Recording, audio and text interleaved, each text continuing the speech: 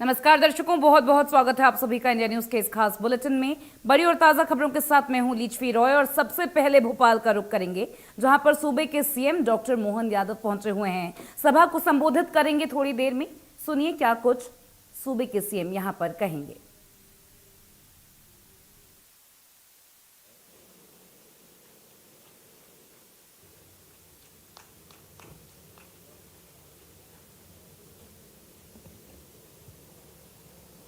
26 जून वैसे तो कल आपातकाल के लिए माननीय प्रधानमंत्री जी ने संविधान हत्या दिवस के नाते से इसको अनाउंस किया था और ऐसे में आप सब उस दौरान के स्वतंत्रता सेनानी, जिसको लोकतंत्र सेनानी नाम दिया है, आज के इस कार्यक्रम में माननीय राज्यपाल महामहिम थावरचंद जी गहलोत साहब, हमारे सबके वरिष्ठ और आप भी हरियाणा के महामहिम रहे माननीय कप्तान सिंह जी सोलंकी साहब, माननीय मंत्री श्रीमती कृष्णा गौड़ जी, माननीय मंत्री गौतम टेटवाल जी, हमारे वरिष्ठ नेता पूर्व मंत्री वर्तमान विधायक माननीय अजय बिश्नोई जी, हम सबके आदरणीय, माफ़ करना माननीय मेघराज जी भाई साहब, इनके और ऐसे सब कामों के बलबूते पर ये हमारा गुले गुलजार, ये पूरा वर्तमान का दौर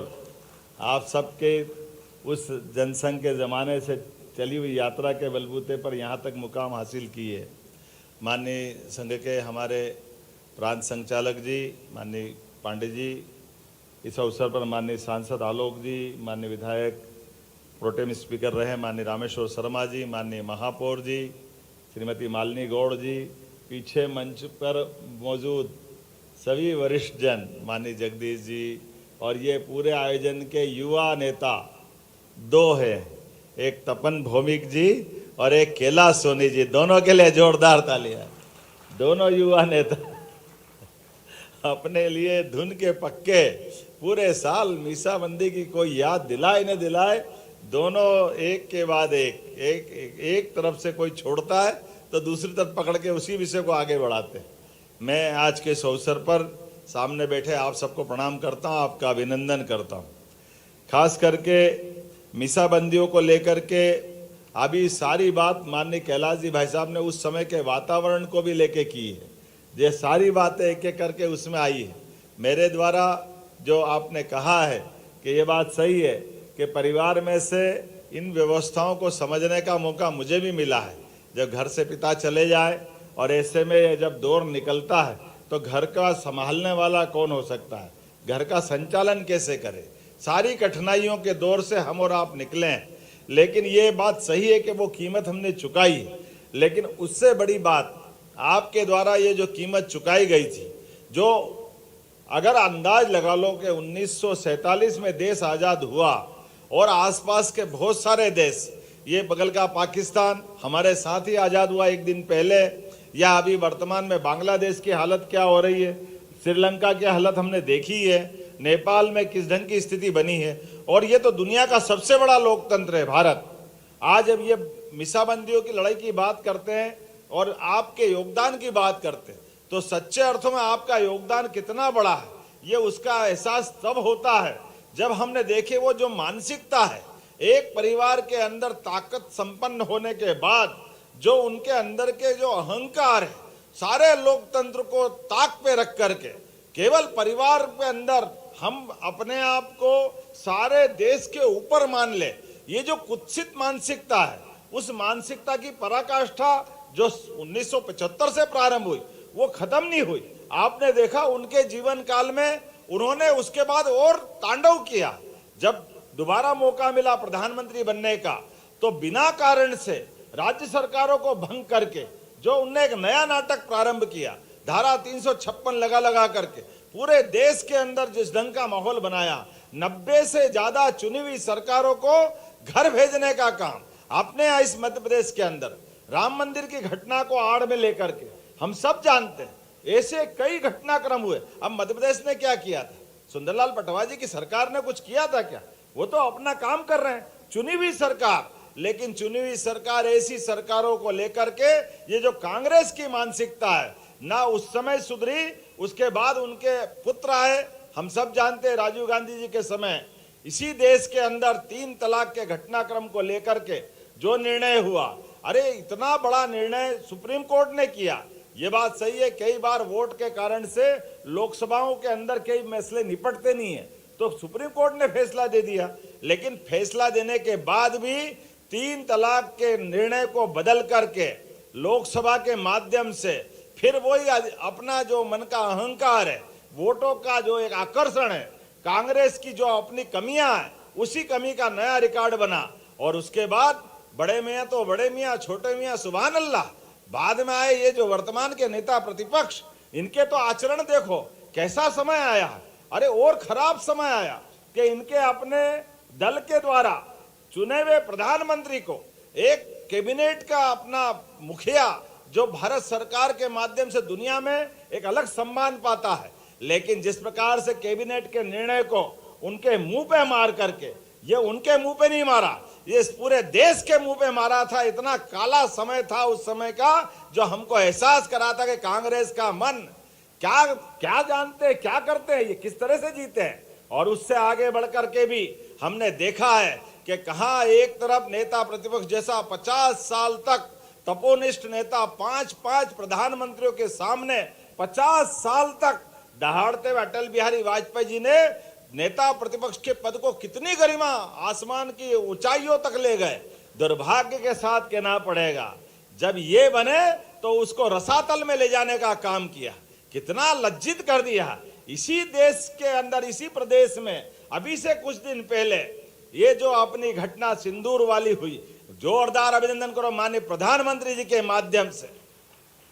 देश के दुश्मनों से निपटने के लिए देश के सेना को जिस प्रकार से छूट देकर सर्जिकल स्ट्राइक, एयर स्ट्राइक और वर्तमान में खुली चुनौती सिंदूर के माध्यम से, लेकिन जो पाकिस्तान के प्रधानमंत्री नहीं बोल पाए, जो वहां का सेना अध्यक्ष नहीं बोल पाया, दुनिया का कोई नेता, अमेरिका के ट्रंप से लगा करके जो व्यक्ति कोई वो शब्द नहीं बोला, जो शब्द ये नेता प्रतिपक्ष ने लजाने का काम किया, सरेंडर किया भारत ने, ये सेना का अपमान करने का कलंक लगाया। ये केवल अहंकार है और नादानी है, जिसके भरोसे से हमारा आपके माध्यम से दिया गया ये जो संकल्प है कि सच्चे अर्थों में लोकतंत्र की रक्षा करना है, तो ये कांग्रेस और कांग्रेस के नेतृत्व से देश को बचाना है। यह आपकी लड़ाई को पूरा देश जारी रखेगा, पूरा देश सिर माथे लगा करके आपके उस 50 साल पुराने किए गए संघर्ष को याद रखेगा। और यही समय है जब दुनिया भारत की तरफ देख रही है। भारत में यशस्वी प्रधानमंत्री के नेतृत्व में जिस प्रकार से अलग अलग प्रकार से हमारी सनातन संस्कृति के उच्चतम मापदंड स्थापित हो रहे हैं, दुनिया भारत के उस लोकतंत्र की जड़ों को देखती है।